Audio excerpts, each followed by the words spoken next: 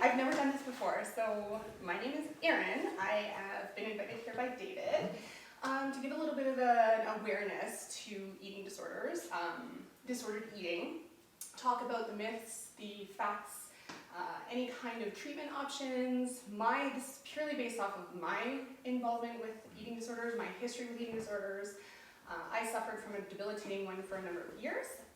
Officially diagnosed, what the official diagnosis was anorexia with bulimic tendencies, but we'll get into kind of the little nuances of that in a little bit. And hopefully there are people watching. I don't know, I'm talking to an empty room, so I've never done this before. I'm really nervous. This is the cool thing about this is neither of us or Darcy have done this live. Yeah. So we're doing this. So we're all guinea pigs. Yeah, we're guinea pigs and we're all nervous and all nervous. And, yeah. So I will ramble. I might swear, but yeah, I do want to say for sure, though I am not a psychologist, I'm not a registered dietitian. This is purely based off of my own experiences and my own research and what my family and friends went through while I was going through my eating disorder. And there may be some trigger warnings to anybody who has experienced an eating disorder in the past, so please be cognizant of that because I will go into some gruesome details. Perfect. Yeah. Thank you. You're welcome. And hi, David. Yeah, hi. And I'm David Lurie, and Erin has graciously accepted my invitation to do this because as an addict and a recovering alcoholic, one of the things I noticed when I first sobered up was my eating was messed up. Like there was something, and it wasn't just about the food, right? And we talked about that a little bit earlier, but I knew there was something wrong with my relationship to food. And that's what it is, right? That's purely what disordered eating is about, and a lot of the body dysmorphia thing is about your relationship with food. And I'd like to go into that as well, because it's taken me a number of years. I was out of my eating disorder, for lack of a better term, about 8-9 years ago, maybe 10 now, and still I'm just getting a better relationship with food. Yeah. So it's an ongoing process, like every recovery journey is. It's continued work. And thank you for saying that, because that's exactly what is in my mind when we were thinking about putting this together, was because obviously I've experienced as well, not to this extent you and I have talked about before, but growing up I was a little chubby and kids would say things, and my dad was heavy and people would say things, and so it became really a part of my thinking, I guess, to think that I needed to look a certain way. Absolutely. Right? And that's where a lot of this kind of stuff being addictions, and disordered eating is very much an addiction, and we'll talk about that as well. That's where a lot of it stems from, is the feeling of not being worthy enough, or feeling that you can't control your outside, so you want to control your inside, and that's a lot of that is prompted that way. Okay, cool. And so you guys might be able to see that we do have a flip chart here. We may or may not use it very much, but we might just draw frogs and flowers. Yeah, we could draw frogs and flowers. Sure. We always need flowers and frogs. So you mentioned body dysmorphia and some of the other disordered eating patterns. Yeah. Would you be able to kind of elaborate? Because one of the things that happened to me when I was trying to figure out the difference between anorexia nervosa and bulimia nervosa, that there's so much crossover. Oh yeah, absolutely. Or at least it appears that way. For sure, and that's why I had the co-diagnosis, for lack of a better term. And even that in itself, as I was going through treatment and pulling out of treatment and going back to treatment, and kind of that wave of I need help, I don't want help, that kind of thing. Yeah, I'm okay, I'm fine, no, I need help. Exactly, off the edge and come back and that kind of stuff. My own diagnosis kind of manifested into something different. So it turned into what at the time was called an eating disorder not otherwise specified. So they've changed that name. I can't remember the acronym now, but it's long. Long acronym, okay. So it's essentially the same thing. It's taking bits and pieces of eating disorders, disordered eating, the activities of not eating properly, everything like that. It's more of an all-encompassing one, where it doesn't fit the specific criteria of one of the 6 recognized by the DSM eating disorders. But Would you be able to tell us what the 6 identified ones are? Absolutely. Oh, so great. The most common one that everybody has typically heard of is anorexia nervosa. It's around 10 million males in the US suffer from that. You're looking upwards of 30 million females suffer from anorexia at some point in their adult life. Okay. Actually not adult life, at some point in their life. Yeah, so anorexia usually is first seen at like a juvenile age. Yeah. Little kids as young as 6, 7 are now exhibiting symptoms of anorexic eating. No. So it's anorexic eating. It's kind of an oxymoron, but Yeah, but there's anorexic eating behavior. involved. Sometimes, Yeah. a lot of times, what it is just completely withholding food altogether. Oh, okay, so complete, like, not eating, denying. In my brain, when I think of the eating disorders, I have a bit of a spectrum. And so you have anorexia, which is over here, which is completely withholding food, 0 calories. I know when I was in my lowest of the lows, I would have a cucumber for a whole day. That would be my food for the whole day. So to put it into perspective for people watching, I'm 5'9", not 5'8". I'm a healthy weight right now. Yeah. COVID has added a few pounds for sure. For sure. However, I'm a healthy weight for myself right now. When I was in my eating disorder, the worst of it, I was 87 pounds. So it's pretty light, and I remember being so disordered in my thinking that I thought I looked healthy. And I said to my dad at one point, like, the anorexic body is perfect, and that's what I want. And so that was where he was like, no. Yeah, it might not be. That's not, no. So yeah, anorexia, like I said, is just withholding food altogether, being terrified of calories, absolutely horrified. Like, you can't put anything in your mouth, you're scared of eating. Really? Absolutely horrified. Like, I would have panic attacks about the thought of eating. So I could definitely see some traits of what you're talking about. right? Yeah. Then you have bulimia nervosa, which you mentioned as well, which is the act of binge eating, so indulging in a whole bunch of food, and then throwing it up. Okay. Either throwing it up or expelling it in a way. Laxatives are also a way of doing that. Vomiting is the most common I've heard. That was my action, was to vomit. But that in itself overlaps with the other side of the spectrum, which is binge eating disorder, where people take comfort in eating copious amounts of food and they can't stop. And those are the ones that you see on like TLC, like My 600-Pound Life, or something like that, where it's all psychological. And I need to stress that, like, these are psychiatric disorders. It's not about the food. It's really not. So that's a good point that you say that. So that's also one of the myths, is that it's about food, right? And one of the myths she caught right away was, I put eating disorders up there, and it's called disordered eating. Disordered eating, yeah, because it's really an unhealthy relationship with food, and it's changed, and their method of diagnosing and everything like that has changed, like every sort of medical field, I guess, changes, right? It's consistent, and so then so those are the 3: binge, anorexia, and bulimia. Then there's one, like I said, the eating disorder is not otherwise specified. I can't remember the new acronym for that. Then we have something I believe called SICO, S-I-C-O. Okay. I may be wrong with that term, but it basically is people eating chalk and dirt and using non-food for their addiction, per se. So the eating of that. So in that circumstance, would people they have to eat real food, obviously, at some point. Is there do you have any information as to what motivates that continual of eating chalk and stuff like that? I don't know. That's one of the ones that is newer to me, and like I said, I'm not an expert. I didn't even know it was a thing until you told us. Yeah, and like I really hope that I'm right with that acronym. But it was one of the ones that surprised me. But I've seen it. Like, I've seen people talk about it, and there's obviously underlying mental health issues with that as well, right? So, okay. Yeah. For sure. And then the last one that is basically I really can't remember acronyms very well, but it's like picky eating. So it goes beyond just like a juvenile picky. I don't like Brussels sprouts. I don't like broccoli. It's driven in anxiety. Like, I specifically can't have this.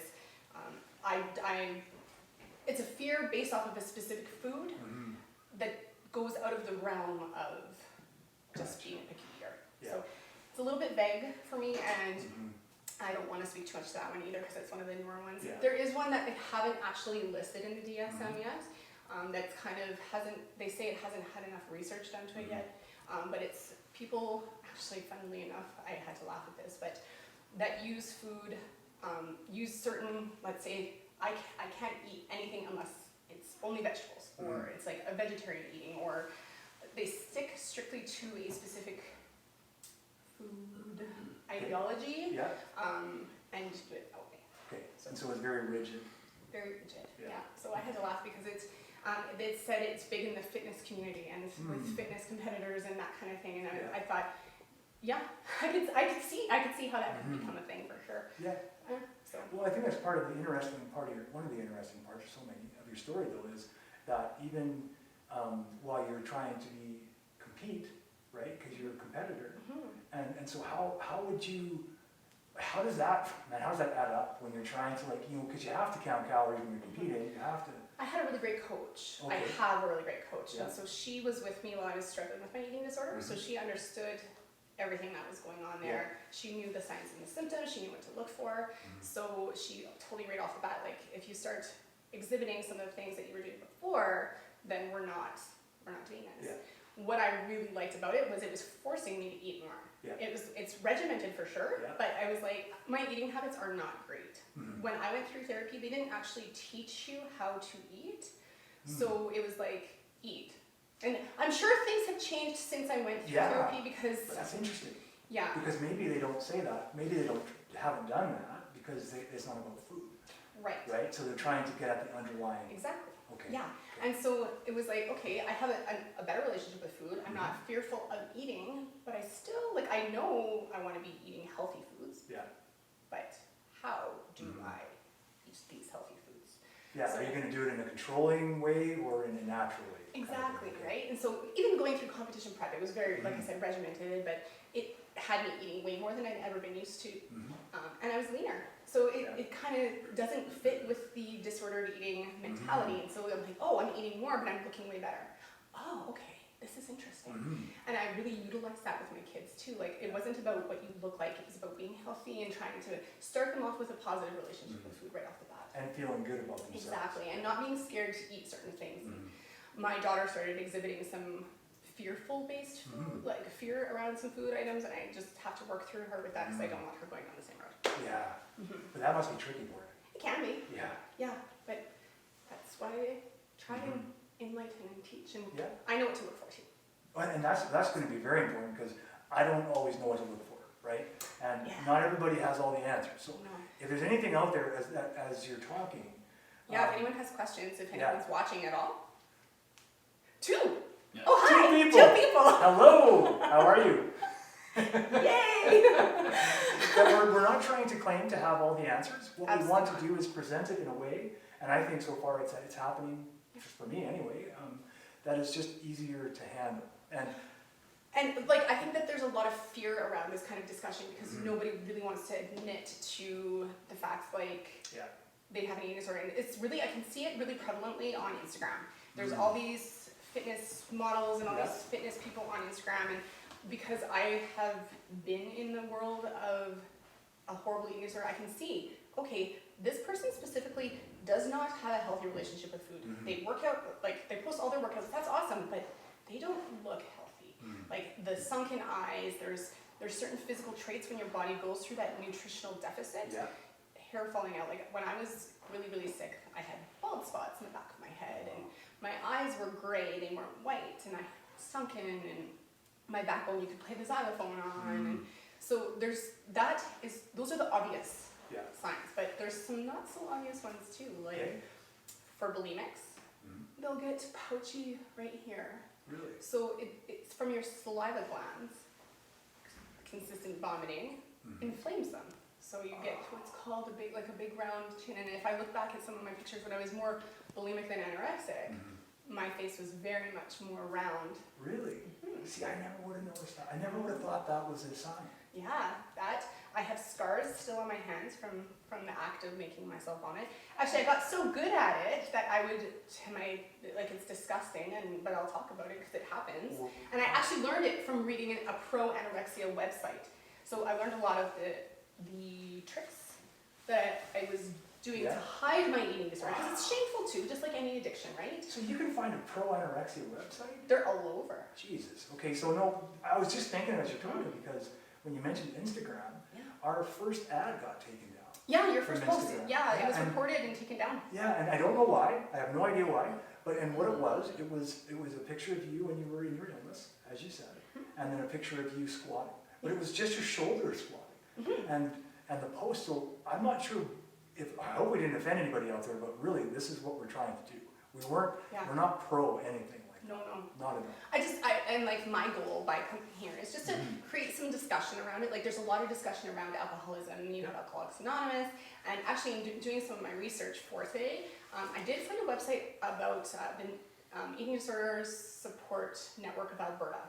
And that's new too. That wasn't around when I was going through therapy, and it's awesome. It gives you all sorts of avenues to reach out for help, specific things that you can do. There's a lot of literature on there as well, and so for parents, it's really great resource to go on to as well and say, like, say you think your child has an issue, or maybe one of their friends has an issue.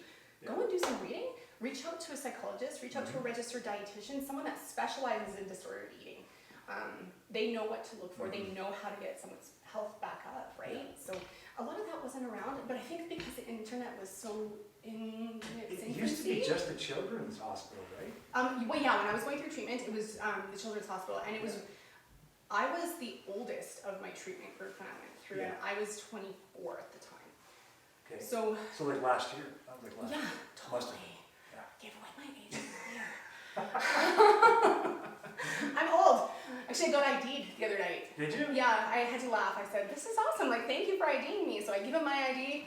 He looks at it. He's like, "I didn't know you were that old." Oh, that's awesome. That's how you turn a hug into a punch. I was like, "Oh, hey, apparently I'm old. That's thanks. I'm not really that old, but I guess so." It's like, I need to see your ID because you look young. Oh my God, you're old. That's pretty much the reaction. Oh, okay. Yeah. So it's just I like when I was going through it. I was the oldest in my group, and it was really catered to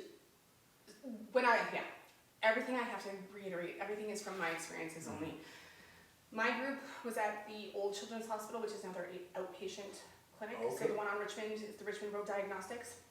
That was where I went to treatment, and it was group therapy. It was every Wednesday night at 7. I think we talked about this in my podcast. I didn't particularly find group therapy to be helpful. Yep. I'm sure lots of people do, but just like Alcoholics Anonymous might not work for everybody else, right? So there's different ways to go through that. Now, before you carry on, is there anything available to people who are interested in peer support for this? Like, do you know of any? Not that I know of. Okay. And so when I had come out of my recovery, I had approached someone that was at a fair. I was at a fair with my mom, and she was working for the Children's Hospital, and she was talking about their eating disorder program, a bunch of their different programs, and there was a segment on her board of about eating disorders. And I said, I would really like to volunteer. I'd like to give some help to anybody there, and they outright said they don't take volunteer help. So, and I don't know again if that's changed since then. That was probably in 2008, 2009 when that happened. So quite a few years ago. But they said outright no, they don't take volunteers. So I'm not sure what the. I think the only option would be like a 12-step program that does it. And the last I heard, there was one in Calgary. I don't know if it's even still here. Was that at the Foothills you were talking about last time? I don't know. It wasn't at Foothills. I think it was at Alberta. Oh, okay. So they still might have something. Possibly. I'm not sure. And honestly, if you feel like you know somebody or yourself are in trouble with this, Absolutely. it's okay to reach out to Alberta and ask them. For sure. Right. And absolutely. And if they want, they can reach out to me too, and I can help find some avenues that might. That was my next statement, was going to be, or if you're looking for peer support, someone who just understands. Just someone to talk to. Someone to talk to. For sure. I will not ever support an eating disorder. So please don't call me and say, how did you hide this from your parents? No, that's not what I'm here for. I'm here if you're struggling, if you're having issues, you can reach out to me. I can help point you to the appropriate person. Like I said, this is a psychological issue as well. So talking to a psychiatrist, a psychologist, sometimes medication is a helpful avenue. They put me on an antidepressant. They put me on an antidepressant when I was really sick, because when you're so nutritionally depleted, your brain doesn't function properly. So I was suicidal, I was not thinking properly, so they put me on an antidepressant, which had a completely counter effect, made it worse. So it really did. Oh yeah. Wow. Yeah. How did it exacerbate, do you think? The symptoms got worse. I actually, instead of just being suicidal, I attempted suicide. Oh, Jesus. So I was like, I don't want to take this anymore. My doctor said, well, let's up your dose. Okay. Got even worse. I took it for probably 6 months, and then I stopped cold turkey. Well, if a little doesn't work, a lot will. Right? That's mentality.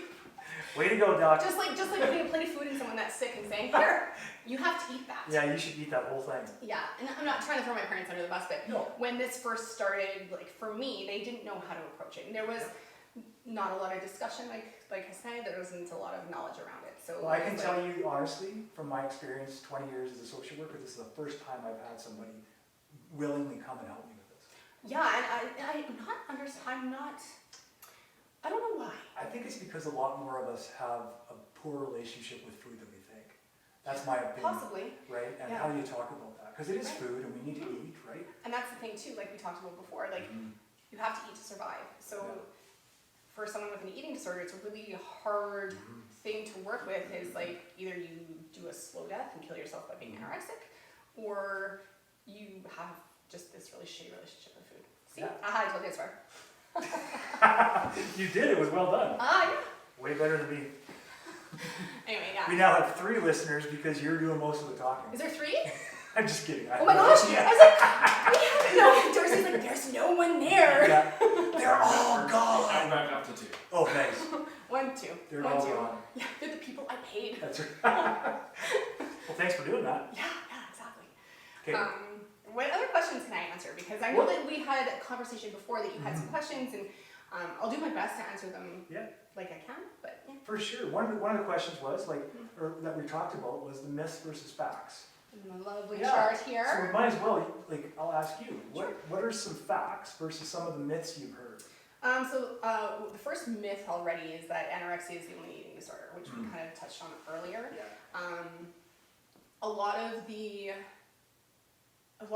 Okay, we'll stop there because I can't even. There's nothing else to add. Nothing else? Nothing. Well, one of the myths we talked about was that's not about food.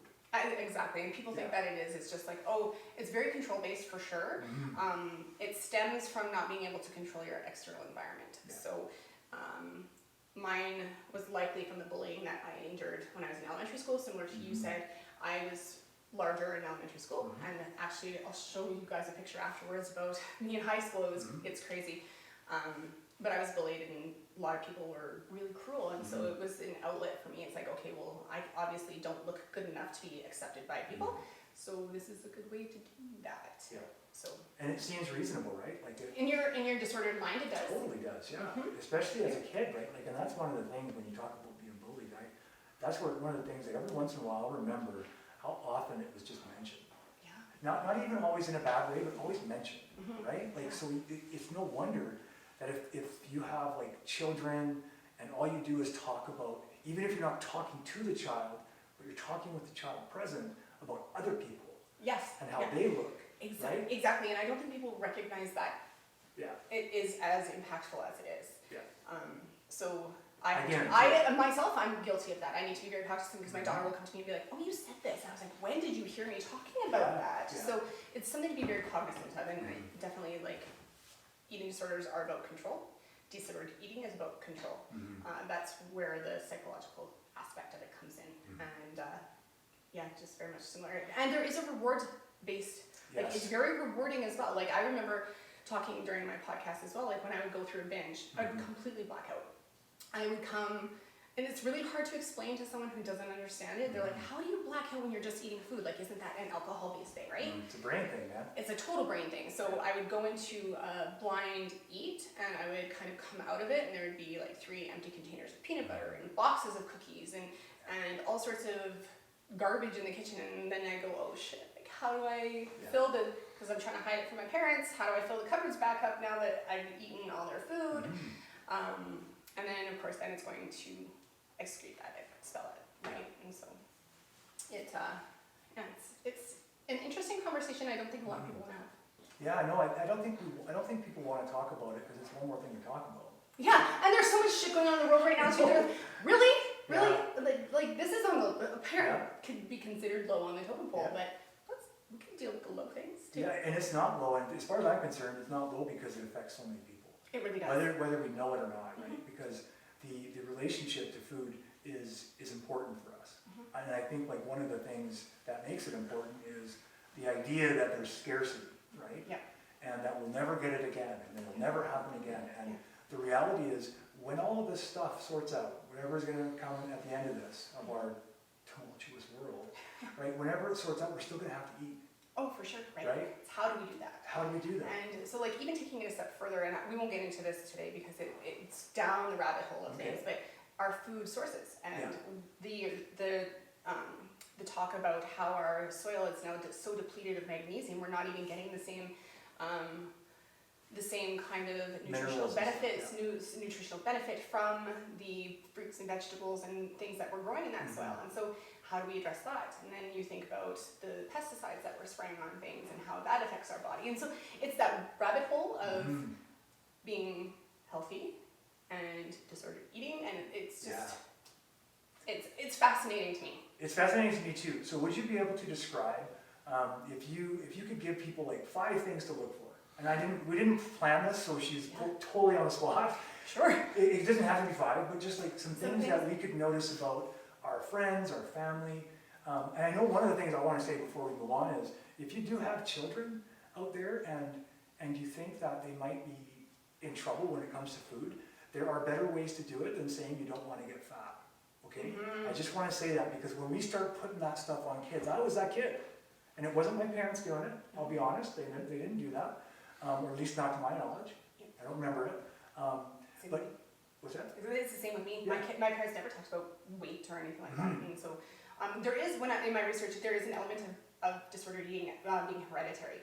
Yeah. So they said, like in twin studies and stuff like that, which is funny because my aunt and my grandma allegedly, I don't know for sure, but allegedly suffered from an eating disorder as well. Okay. So it could have that hereditary trait in my family, right? Yeah.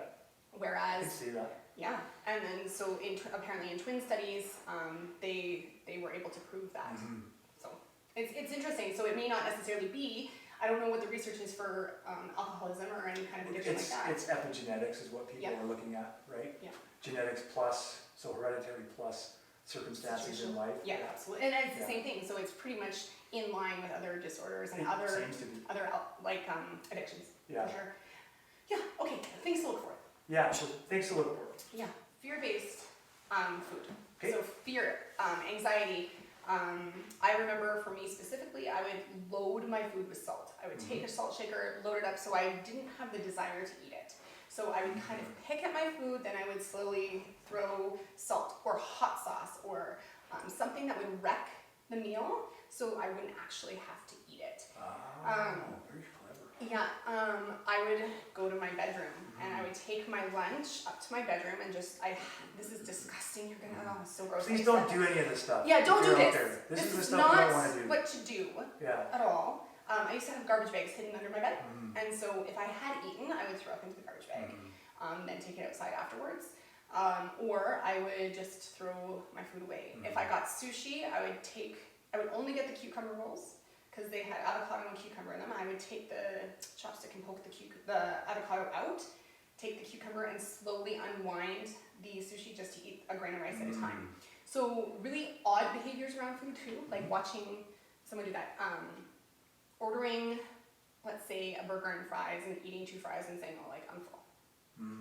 But consistently, right? Because there's sometimes, not just once, but often. Yeah. Like I talked about the pouchy phase. Going to the bathroom after meals. That was a really common thing. Like my parents noticed that right away. Like I would go to the bathroom after dinner. I would just go straight up there and just say, oh, I just have to pee. But I'd be in there for like an hour and a half. Guarantee right now. Not doing business. My parents are going, Dave goes to the bathroom after every 10 minutes. I do. And it's not to do that, I assure you. Mom and Dad, when I go to the bathroom after meals, it's because I have to use the other part of my body. Because as you're talking, I'm like, I bet you my parents, one of them's probably watching, and they're probably like, he does that all the time. Yeah. I think a lot of people do, but you're not in there for an hour and a half, 2 hours. That's true. Running the water. Yes. Making it, like, there's clear indications, and like, it's not after every meal, right? And it's not like 5-10 minutes, it's a long time. It's a long time, yeah. And so I would also run a bath. I would go for a bath after dinner, and so I would have a bath, but be spending my time trying to get everything out that I'm eating. Yeah. Oh my God, you just must have been in such pain. Oh, it was, and it became like, when I say that there's a reward system to it, the actual purge itself was very very much a positive experience. Really? So it's It's- almost cathartic kind of thing? Yeah, it was very weird. It was like trying to get rid of whatever hell I was in at the time, or perceived hell I was in. Because Yeah.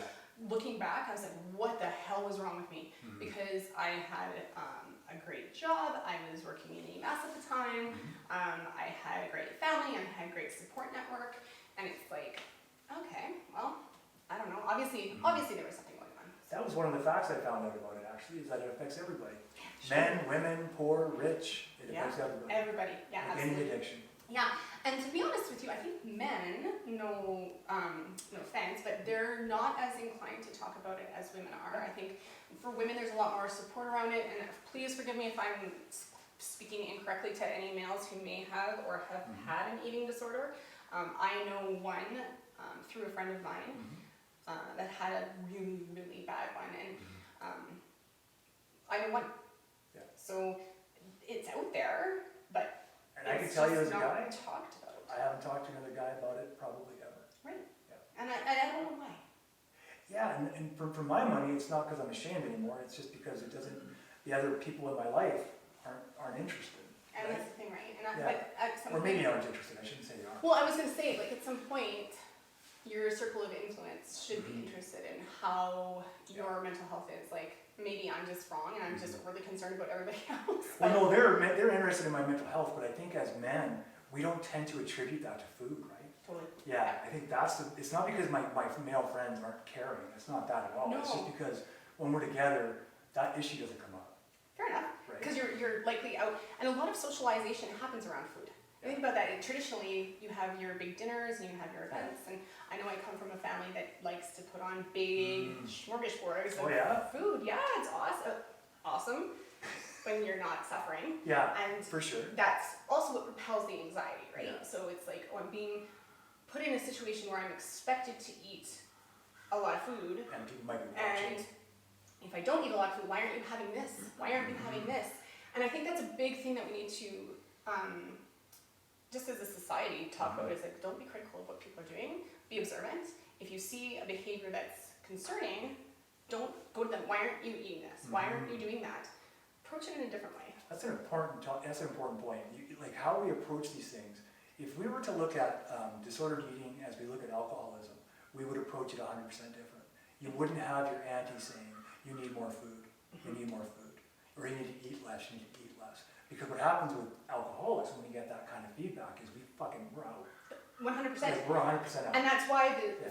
even for me, it was that roller coaster of, I want to get better. Nope, I don't want to get better. I want to get, nope, you guys fuck off. Like, you can't make me. And that is the addictive cycle. Yeah, for sure. 100%, absolutely. Yeah. And so when I did finally, it was actually the ultimatum that my parents gave me. I was going back to school. They said, we will not help you with back to school if you don't get better. Yeah. And so it was basically an ultimatum. And I still didn't want to get better, but it encouraged me a little bit more to take that step into therapy. Because they had something that they could like negotiate with you Yeah, with, right? Absolutely. And I don't think that works for everybody. Definitely. It was a reward-based. Perfect. It fit with what we were doing. Yeah. We wanted a reward, so that was something to work towards. Exactly, and I had an end goal in sight. I wanted to get my diploma at that time. I wanted, when I was done, I was going back to school for hospitality management. So my whole end goal was to open my own restaurant Okay. to try and bring a healthier relationship to food, specifically around this kind of issue. It didn't happen. It's okay. Life happens the way it's supposed to. But I did get better while simultaneous finishing my diploma, and I ended up doing really, really well. I got honors with distinction. So I think it was that drive and that push that I needed to go that way. For sure it was, yeah. Yeah, and so like I go back to another myth fact thing. Yeah. I have heard, and it could be wrong, but a lot of chefs and a lot of people that are cooking for other people suffer from eating disorders as well. Oh, interesting. That would make sense to me though. Yeah. If you're so around food all the time. if you're a chef, Yeah. let us know. Feedback is always It's always appreciated. good. Cool. Okay, so chefs, myths, anything that jumps out, facts? Chefs, myths, that chefs can cook. I know chefs can cook. That's not a myth, they can cook. They can cook If very they're well. actual chefs, yeah. If they're real chefs. I can cook, I'm not a chef. Yeah. I'm a good cook. And I think that was part of the thing too, is going through my eating disorder, I had to experiment with food because I wanted to not eat it. So I would always cook for other people and just be like, Okay. oh, I was tasting it, you know, and so I became really, really versed in how to make stuff taste good, allegedly. Yeah, We'll see. that's pretty amazing. All right. It's pretty amazing, like, and honestly, this comes back to the podcast too, right? Like the amazing correlation of all the addictive cycles. Oh yeah. And the expansion of science to include more and more of this stuff because it is a real thing. It is, yeah, Yeah. absolutely. And I'm really happy, like when I was doing some of the research for today and refamiliarizing myself with some of the terminology and everything, the help that is given to Albertans and Calgarians now is far superior to where it was, and that's hugely beneficial to everybody because they've obviously seen an increase or some sort of desire requirement for that to come forward. Yeah. So yeah. That's great. What else? It's great there's change. Totally, absolutely, and it's so influential to everybody. Yeah. Influential, I don't know if that's the right term. Whatever. I think it is. Sure. What else? What else to look for? Hiding food. For binge eaters specifically, hiding food in your room. Using it as a coping mechanism, that's a big one. Like, you have a hard day at school, and you come home, you're crying to your parents, and this is so traditional.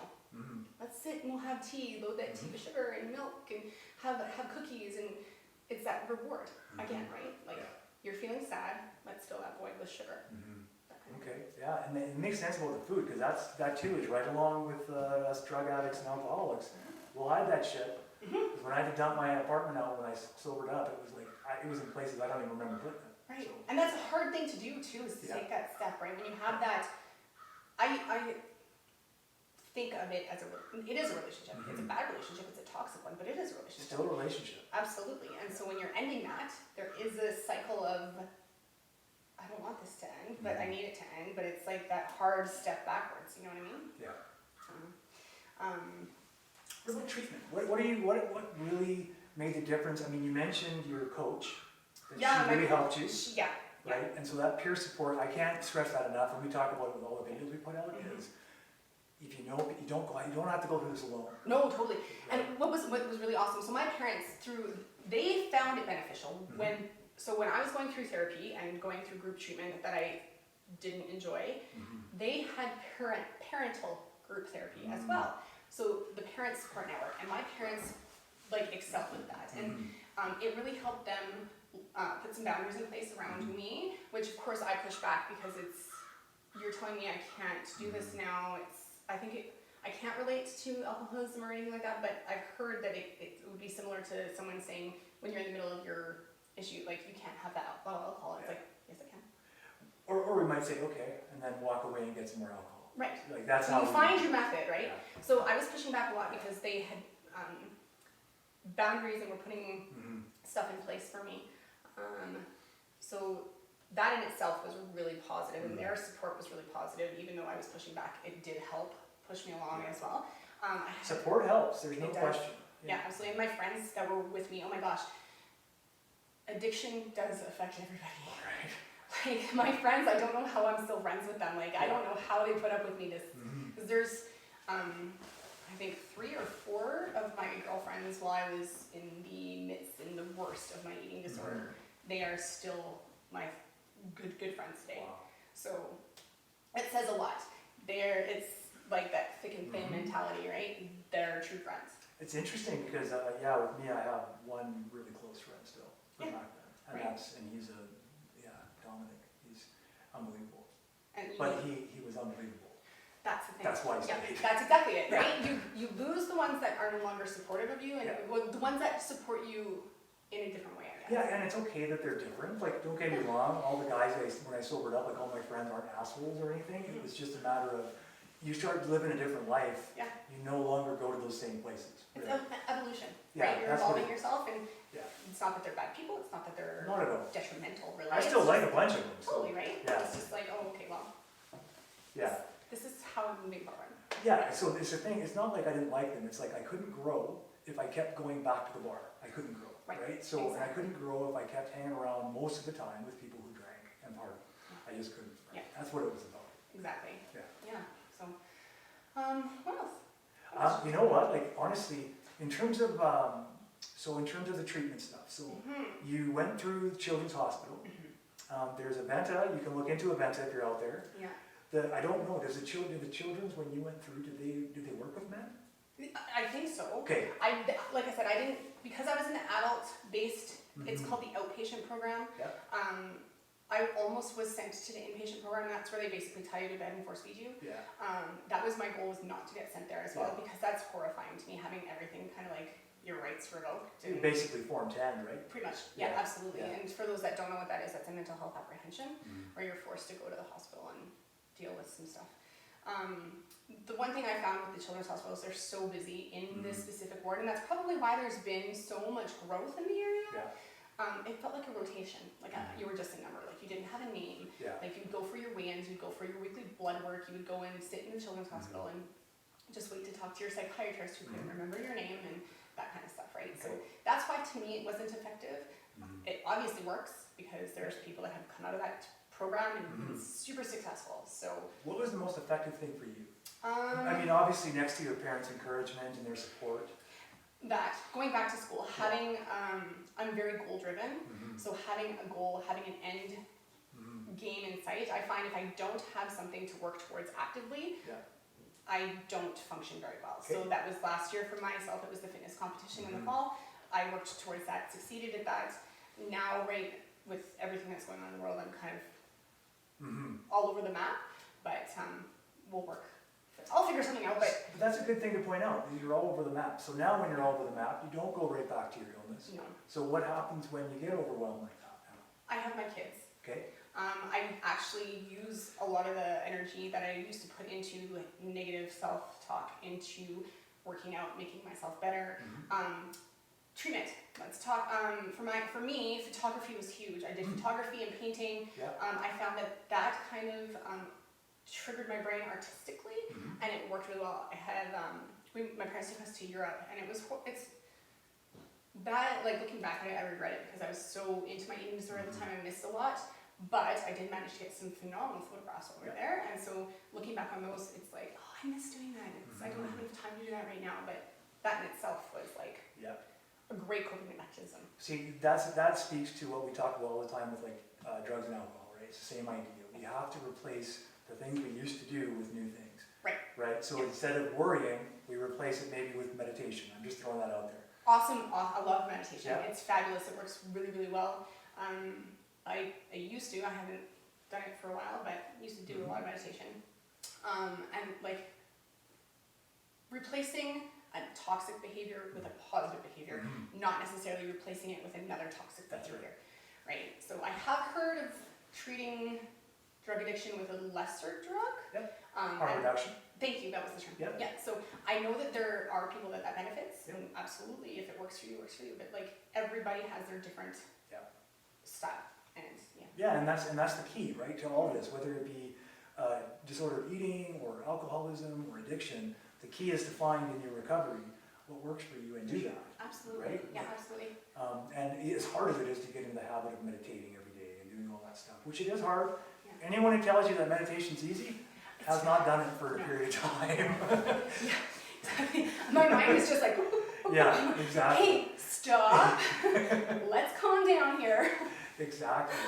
And so exercise was good. But even that in itself, like there's a, I don't know if the DSM recognizes it or if I just didn't see it, but there is exercise-induced bulimia. So there are individuals who eat a restrictive diet and then exercise for 6-7 hours a day, and then so they're burning so many calories, but that in itself is a really challenging one to work with because there is that level of fitness and the level of health that you want, but there is an overstep, right? So. And that, I think the overstep probably is much like alcoholism. When you go too far, you get an instant feedback. Yes. Right, and the feedback you may hear, you may not hear it, but you get an instant feedback. And I don't know, is it the same with that? Would you get the instant feedback kind of thing? Yes, I When know. you're overtraining, like you might get hurt? You can, or you just, because your body is just so accustomed to it, right? So you don't really know that maybe you're overtraining. Not until years later, maybe. And your joints hurt, you can't walk, right? Yeah. So that has never been an issue for me. when I was going through the eating disorder, I was told I can't work out. I wasn't allowed to work out. My heart was at such a poor state. I lost bone density. Like, it was pretty drastic. Keep going, because I want to, you said something that makes me, I don't want to forget about it. Yeah, for sure. So they said to me explicitly, like, you can't work out. And I was like, I'm going to do it anyway. Yeah. But I was so weak, I couldn't overwork out. So there is that part of it too. Yeah. I feel like I'm kind of jumping all over the place right now. No, But you're doing good, because it goes to different places, right? So none of this stuff is linear, as we know about addiction and stuff. It's circular, like we get caught in these cycles. I can't remember what I was going to say. I knew this guy should stop talking. No, I knew it. Well, you keep going. What were you talking about? Okay, so we'll backtrack. My heart wasn't working properly. My bone density. The physical consequences of eating disorders. That's what I was getting at. Thank you. Yes, actually, it's funny that you bring that up. So I had a friend a couple years ago actually say, I wish I had your ability to have an eating disorder so I could lose weight. Don't say that to people. Don't do that. I was like, what are you talking about? Yeah, but you could see that person who said that. Imagine how that person's mind is in terms of food. Right.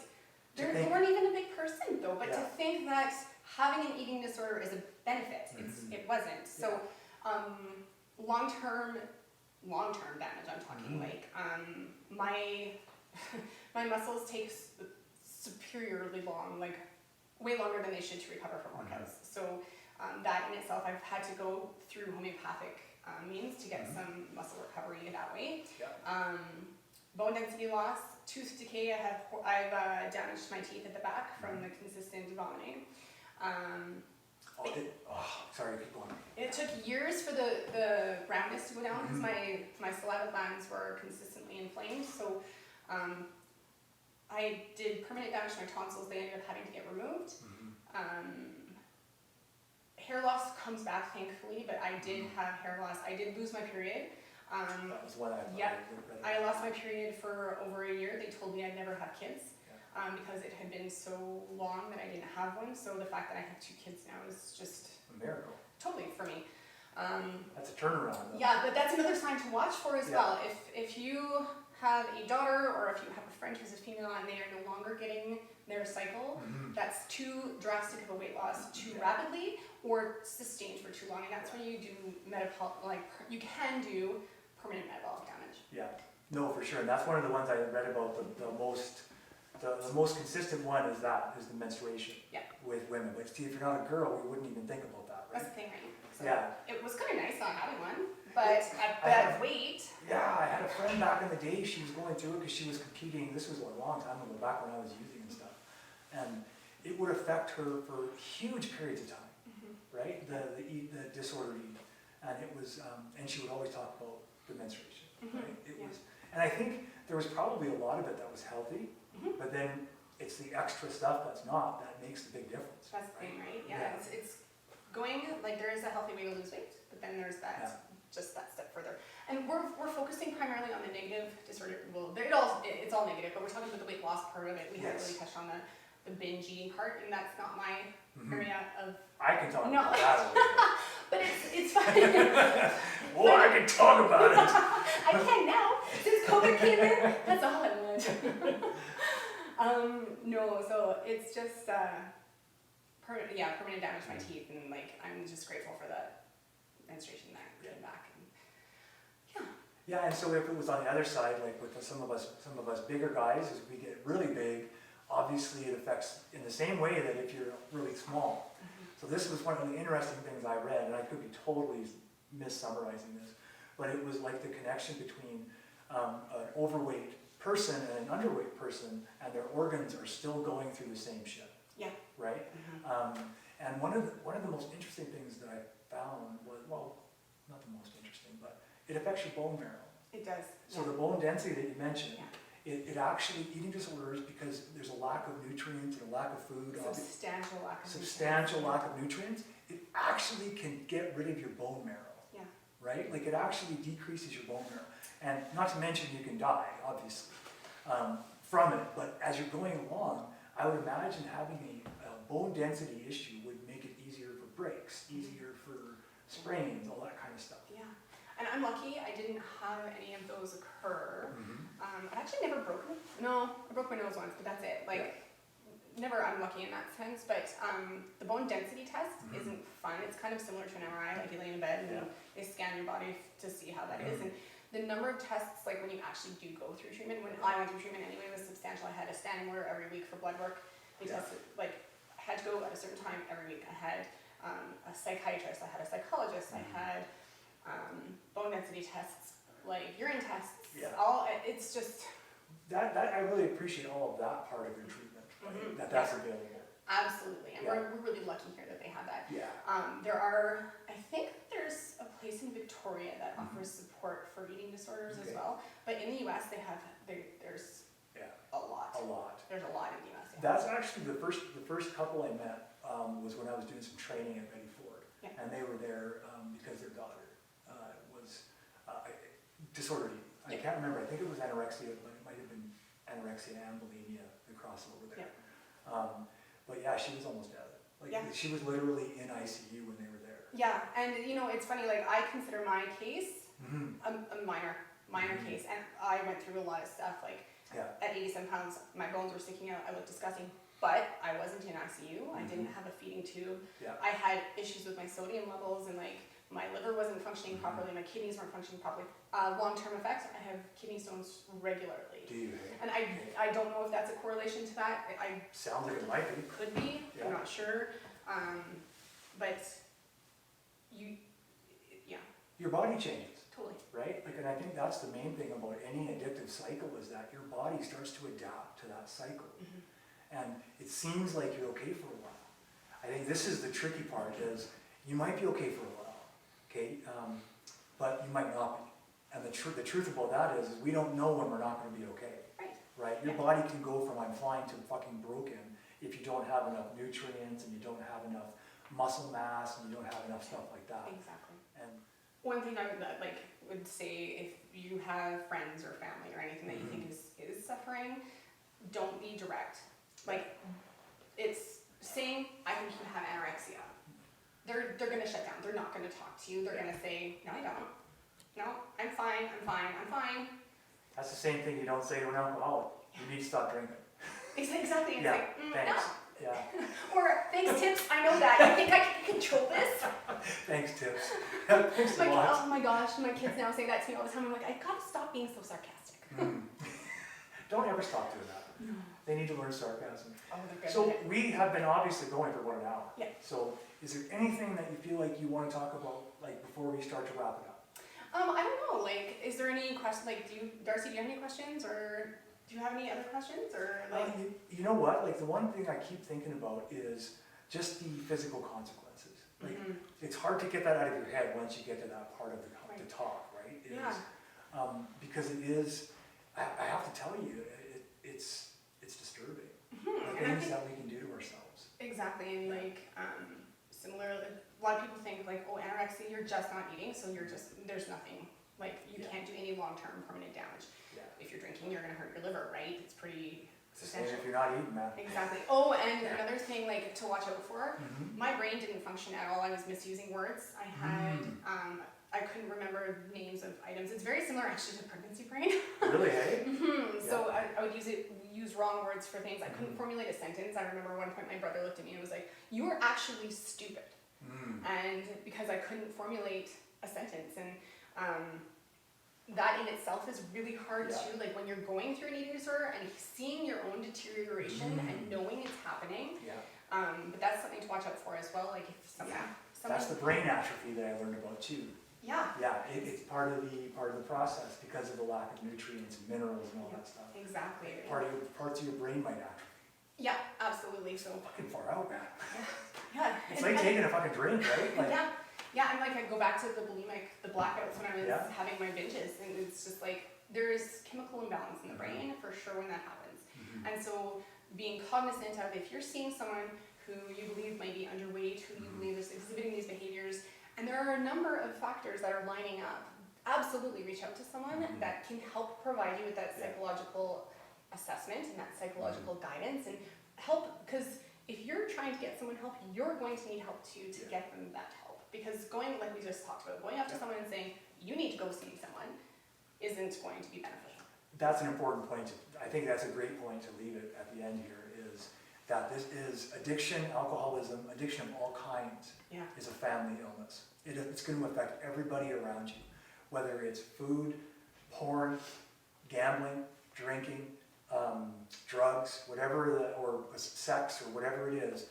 Eventually, right, it's going to affect the people around you. And so it's okay for us to notice that there's someone, but of course we want to be really compassionate about how we address that.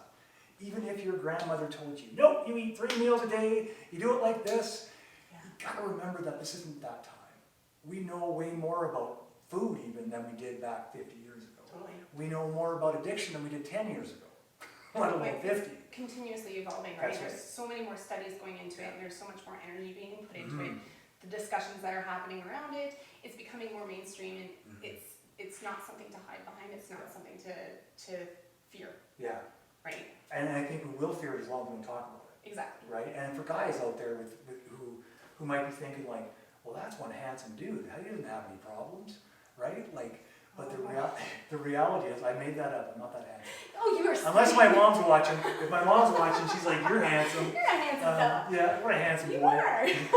Thank you. But for guys, like it's okay if we talk about it. It's okay for us to be like, I have trouble with this. Like whether it's food or something else, right? Absolutely. I don't think that there should be any fear. I think that there should be someone in your life, whether it's a family member, whether it's a friend, a coworker, there should be someone in everyone's life, hopefully there is, that you feel comfortable enough reaching out to and saying, I'm struggling with this. I don't know how to get help or anything like that, right? I think just touching on the men thing one last time, it's like, men have it just as bad as women do when they go onto the social media and they see this guy with the six-pack abs and doing these workouts and advertising that this is the only physique that you should be having, and it's like, well, no, there's everybody Body like types, man. yeah, totally, right? And Yeah. everybody benefits differently, and I think that the whole social media aspect plays a drastic part in the perpetuation of all sorts of addictions. Yeah, you're absolutely right. And so if you're on social media like I am, I'm sure, and you are, and Darcy is, like, you get to choose though what you pay attention to. That's the difference about social media, is you get the power. You can say, no, I don't want to watch that. Exactly. And once we start to realize what feeds our brain negatively and what feeds it positively, that's really what treatment is all about, of any kind of addiction, or even like from something else. The treatment is about gradually adding healthier things in. Or you're still going to we're probably going to struggle. I mean, sex was one of my worst defects for the first 8 years of my recovery. It was all I did, it was all I thought about. Because I couldn't drink, I couldn't use, I could only do the one thing I could still do. It's in my mind, that's what I thought. Yeah, and it's that coping mechanism, right? It's replacing a behavior with a different behavior. Well, albeit still not necessarily a negative behavior, because who doesn't like sex? Sex is great, But but so is food, right? exactly, right? There can be disordered behaviors around that activity. Yeah, and sweet, because food was also a part of it when I was involved in the sex stuff, when I was first in recovery. And that was obviously hanging over. Which, by the way, we will do a video on sex addiction, just so everybody out there is paying attention. Really? Yeah. Awesome. And by a video on sex addiction, I don't mean we're making porno. We're not doing that. Erin, is there anything else you want to talk about? I don't think so, but I will say, like, if anybody needs any kind of support or any kind of direction or any kind of anything from me, reach out anytime. Okay. Sure. Yeah. And so if you guys want to reach out to Erin and you don't know how to get a hold of her, Go through David. Yeah, you can go through me, and if she wants to give you information, she can.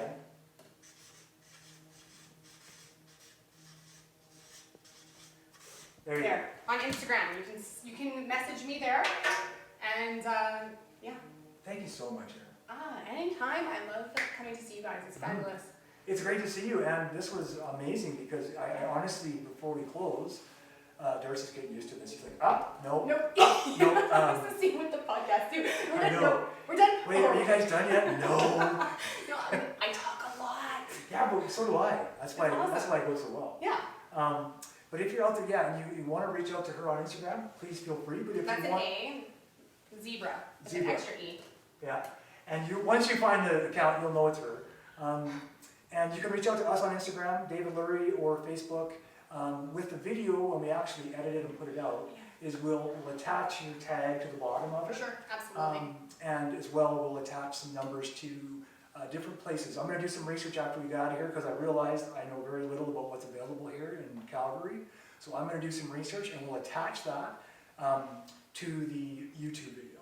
Absolutely, and I think, if memory serves me correctly, the Eating Disorders Support Network of Alberta is the website I was speaking about earlier. I'll send you a message with the link to that so you can put it on there, because when I was going through that this morning, I was like, oh, this is a wonderful resource that it benefits so many people. Like, I'm so grateful to hear that. yeah. Yeah. So yeah, thank you very much for, Thank you for putting up with tuning us. in. Yeah, thanks for tuning in, Ma. Yay! I don't know if anyone's still there, but 2 people. oh, they're still there. Thanks. Thank you Awesome. for watching.